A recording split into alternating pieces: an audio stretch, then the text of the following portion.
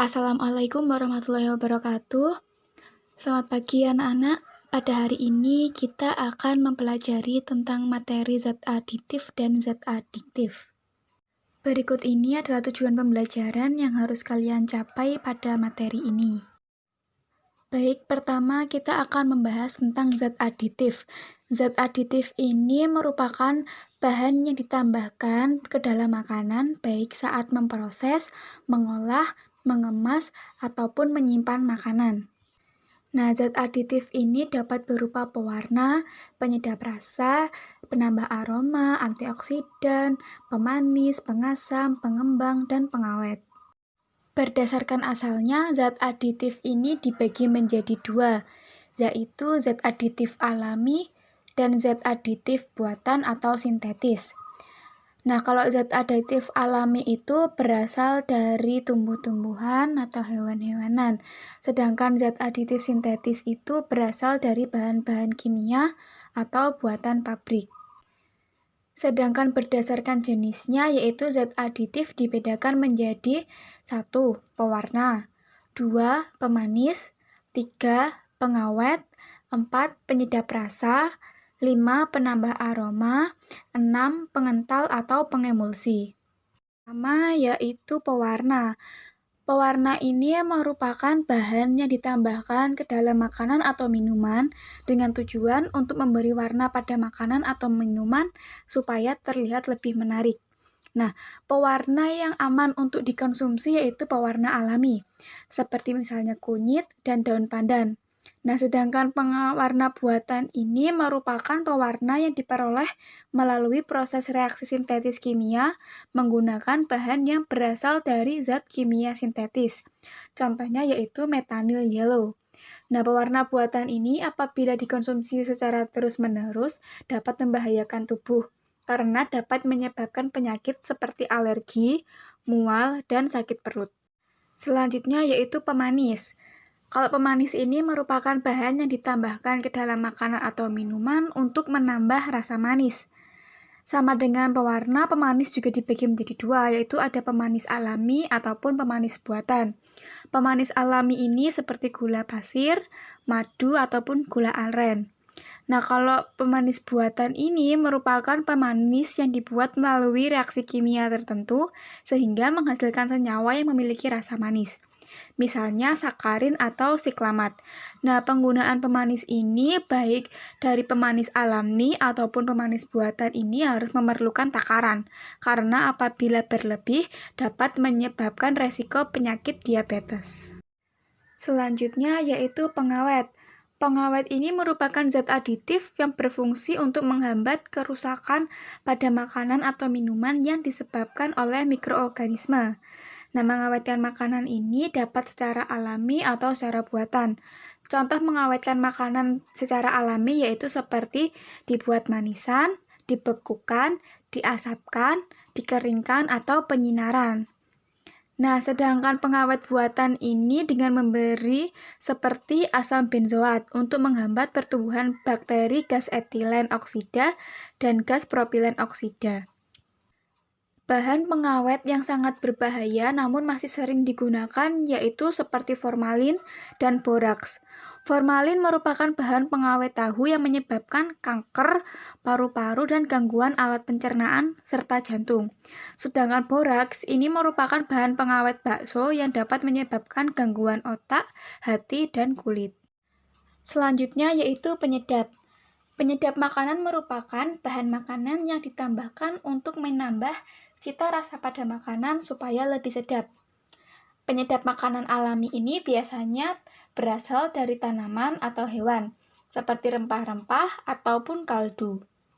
Nah, sedangkan penyedap buatan yang sering digunakan yaitu penyedap yang mengandung monosodium glutamat atau MSG, seperti Royco, Masako, ataupun micin. Nah, sedang penyedap buatan ini terbuat dari fermentasi tetesan tebu dengan bantuan bakteri Micrococcus glutamicus. Penggunaan penyedap buatan secara berlebih dapat menyebabkan gangguan kesehatan berupa sesak nafas, sakit dada, pusing, dan mudah letih. Selanjutnya yaitu pemberi aroma. Pemberi aroma ini merupakan suatu zat yang ditambahkan ke dalam makanan atau minuman supaya makanan dan minuman tersebut mempunyai daya tarik tersendiri untuk dikonsumsi. Pemberi aroma alami biasanya berasal dari bahan segar atau alam, seperti ekstrak daun pandan, ekstrak buah nanas, ekstrak buah anggur, dan minyak atsiri. Sedangkan pemberi aroma buatan berasal dari senyawa sintetis atau yang biasa disebut dengan esens, seperti aroma apel, aroma vanili, dan aroma buah anggur. Penggunaan pemberi aroma buatan secara berlebih dapat menyebabkan gangguan kesehatan karena mengandung bahan kimia. Pengental. Pengental ini merupakan bahan tambahan yang digunakan untuk menstabilkan, memekatkan, atau mengentalkan makanan yang dicampur dengan air sehingga membentuk kekentalan tertentu. Bahan yang biasa digunakan untuk mengentalkan yaitu pati, gelatin, gam, dan agar-agar. Selain pengental, ada juga pengemulsi. Pengemulsi ini merupakan bahan tambahan yang dapat mempertahankan penyebaran lemak dalam air atau sebaliknya. Contoh dari zat pengemulsi yaitu lestatin yang terkandung dalam kuning telur maupun kedelai. Setelah membahas zat aditif, selanjutnya kita akan membahas zat adiktif. Zat adiktif ini merupakan zat atau obat-obatan yang apabila dikonsumsi akan bekerja pada sistem saraf pusat dan menyebabkan ketagihan atau ketergantungan. Contohnya yaitu seperti alkohol, nikotin, kafein, dan larutan yang mudah menguap seperti lem, cat semprot, dan lain-lain. Nah, berikut ini merupakan barang yang mengandung zat adiktif. Yang pertama yaitu ada rokok. Rokok ini terbuat dari tembakau cacah yang ditambah dengan bahan lain seperti cengkeh, kemenyan, dan saus untuk memberi efek rasa dan aroma tertentu. Penggunaan rokok ini dapat merusak kesehatan dan menyebabkan berbagai macam penyakit, diantaranya yaitu penyakit paru-paru, jantung, atau bahkan kematian. Zat-zat berbahaya yang terkandung dalam rokok yaitu nikotin, tar tembakau, karbon monoksida, dan bahan-bahan kimia lain. Nah, ini merupakan akibat-akibat yang ditimbulkan dari merokok, yaitu yang pertama, pengaruh langsung setelah merokok. Yang pertama yaitu peningkatan denyut jantung, berkeringat, nafas bau rokok, rasa ingin muntah atau mual, kemudian pusing, dan tenggorokan akan terasa gatal. Yang kedua yaitu pengaruh merokok pada sistem pernafasan, yaitu seperti asma, bronkitis, kanker paru-paru yang diakibatkan oleh tar yang terkandung di dalam rokok. Kemudian pengaruh merokok pada sistem jantung dan pembuluh darah, yaitu akan terjadi tekanan darah tinggi dan akan terkena serangan jantung dan penyempitan pembuluh darah.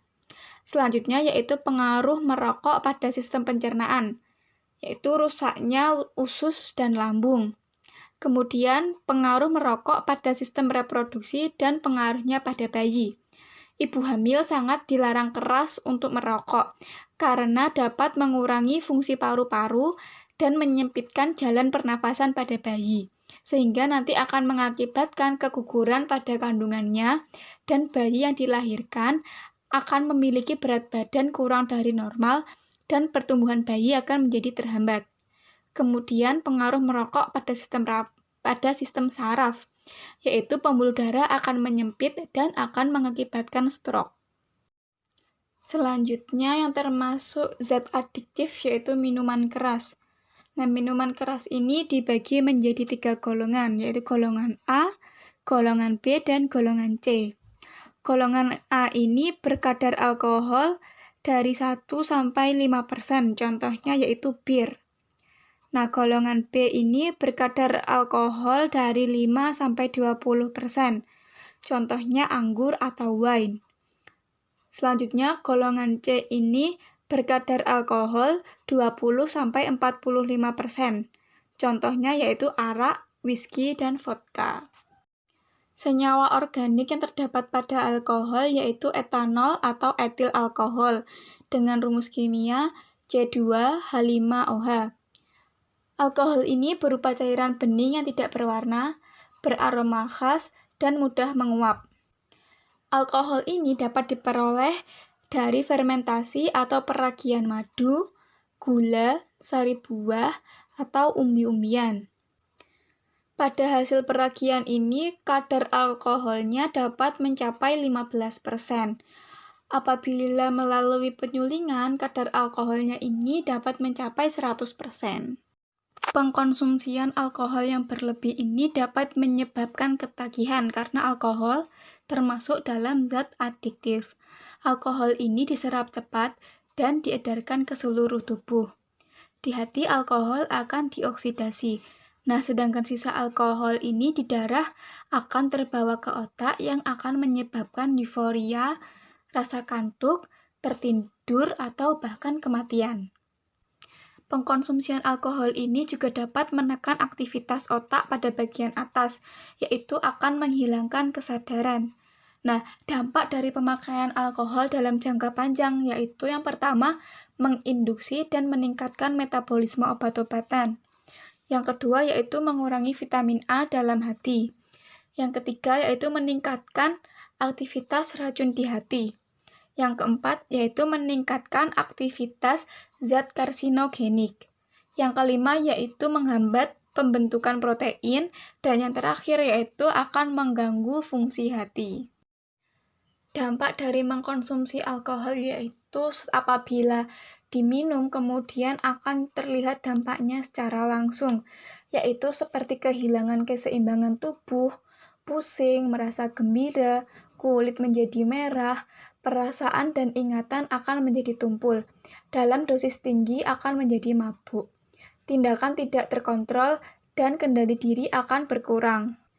Pengaruh mengkonsumsi alkohol pada sistem pernafasan yaitu denyut jantung dan pernapasan akan menjadi lambat. Sedangkan pengaruhnya dalam sistem pencernaan yaitu selera makan akan menghilang, kemudian kekurangan vitamin, kanker mulut, kerongkongan dan lambung, dan luka ataupun terjadi radang lambung. Kemudian apabila ada ibu hamil yang mengkonsumsi alkohol akan menyebabkan cacat bayi yang dikandung, kemudian bayi akan lahir prematur, dan pada pria yaitu akan menyebabkan impotensi. Sedangkan pengaruh mengkonsumsi alkohol dalam sistem saraf pusat yaitu akan memperlambat fungsi otak yang mengontrol pernapasan dan denyut jantung, sehingga dapat menimbulkan kematian dan menyebabkan hilangnya memori atau amnesia, bahkan juga dapat menyebabkan sakit jiwa. Pembahasan selanjutnya yaitu tentang napsa. Napsa merupakan singkatan dari narkoba, psikotropika, dan zat adiktif. Nah, sedangkan narkoba itu merupakan singkatan dari narkotika dan obat-obatan berbahaya. Napsa dibedakan menjadi 3 golongan, yaitu golongan 1, golongan 2, dan golongan 3. Golongan 1 merupakan napsa yang berpotensi sangat kuat untuk menimbulkan ketergantungan. Nah, penggunaan napsa ini sangat dilarang untuk pengobatan, yaitu seperti opium, heroin, dan ganja. Golongan 2 merupakan napsa yang berpotensi kuat untuk menimbulkan ketergantungan, dan penggunaannya ini boleh akan tetapi secara terbatas dan untuk pengobatan, seperti penggunaan petidin, candu, dan betemetadol. Selanjutnya yaitu golongan 3. Golongan 3 ini berpotensi ringan untuk menimbulkan ketergantungan. Golongan 3 ini banyak digunakan untuk pengobatan. Selanjutnya yaitu psikotropika. Psikotropika ini bukan narkoba. Nah, psikotropika ini merupakan zat atau obat baik alami maupun sintetis yang bersifat psikoaktif melalui pengaruh selektif dalam susunan sistem saraf pusat dan dapat menimbulkan ketergantungan atau ketagihan. Psikotropika sendiri dibagi menjadi 4 golongan, yaitu yang pertama, golongan pertama, yaitu yang berpotensi sangat kuat untuk menimbulkan ketergantungan. Penggunaan psikotropika golongan pertama ini sangat dilarang untuk pengobatan. Contohnya yaitu ekstasi. Selanjutnya yaitu golongan 2. Golongan 2 ini berpotensi kuat untuk menimbulkan kecanduan. Contohnya yaitu sabu. Selanjutnya yaitu golongan ketiga. Golongan ketiga ini berpotensi sedang untuk menimbulkan ketergantungan. Golongan 3 ini dapat digunakan untuk pengobatan dengan resep dokter. Dan yang terakhir yaitu golongan 4. Golongan 4 ini berpotensi ringan untuk menimbulkan ketergantungan. Golongan 4 ini dapat digunakan untuk pengobatan dengan resep dokter. Contohnya yaitu seperti obat penenang dan obat tidur.